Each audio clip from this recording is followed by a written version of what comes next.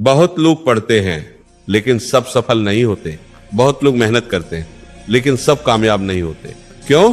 क्योंकि मेहनत करना जरूरी है लेकिन सही तरीके से मेहनत करना उससे भी ज्यादा जरूरी है। अगर तरीका गलत हो तो मेहनत भी बेकार चली जाती है। आज मैं तुमसे वही बात करने आया हूं जो हर छात्र को पता होनी चाहिए लेकिन बहुत कम लोगों को पता होती है।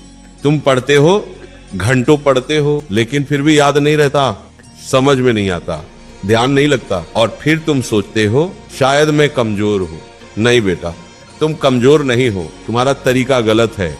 याद रखो, पढ़ाई सिर्फ मेहनत नहीं है, पढ़ाई एक कला है जिसे सही तरीके से करना पड़ता है और अगर तुमने सही तरीका सीख लिया तो वही पढ़ाई तुम्हें आगे ले जाएगी, वरना वही पढ़ाई तुम्हें पीछे छोड़ देगी। पहला नियम दिशा का महत्व। तुम्हें ये छोटी बात लगेगी लेकिन ये बहुत गहरी बात है। हमेशा पूर्व दिशा की ओर मुंह करके पढ़ाई करो।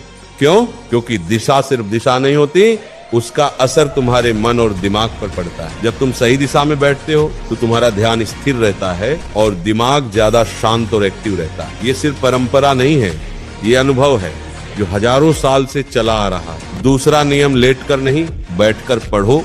आजकल क्या हो गया है, स्टूडेंट किताब लेकर लेट जाते हैं, सोचते हैं आराम से पढ़ लेंगे, लेकिन सच क्या है, आराम से पढ़ाई नहीं होती, आराम से नींद आती है। जब तुम लेट कर पढ़ते हो तो शरीर ढीला पड़ जाता है और दिमाग भी धीमा हो जाता है, लेकिन जब तुम सीधा बैठते हो, रीढ़ सीधी रहती है तो दिमाग ज्यादा एक्टिव हो जाता है और जो पढ़ते हो वो जल्दी समझ आता है और लंबे समय तक याद रहता है। तीसरा नियम, शुद्धता का महत्व। पढ़ाई सिर्फ किताबों का खेल नहीं है, ये मन और शरीर की स्थिति का भी खेल है। कभी भी झूठे हाथों से किताब या कॉपी मत छुओ। क्यों? क्योंकि जब शरीर अशुद्ध होता है तो मन भी स्थिर नहीं रहता और जब मन स्थिर नहीं होगा तो पढ़ाई में ध्यान कैसे लगेगा?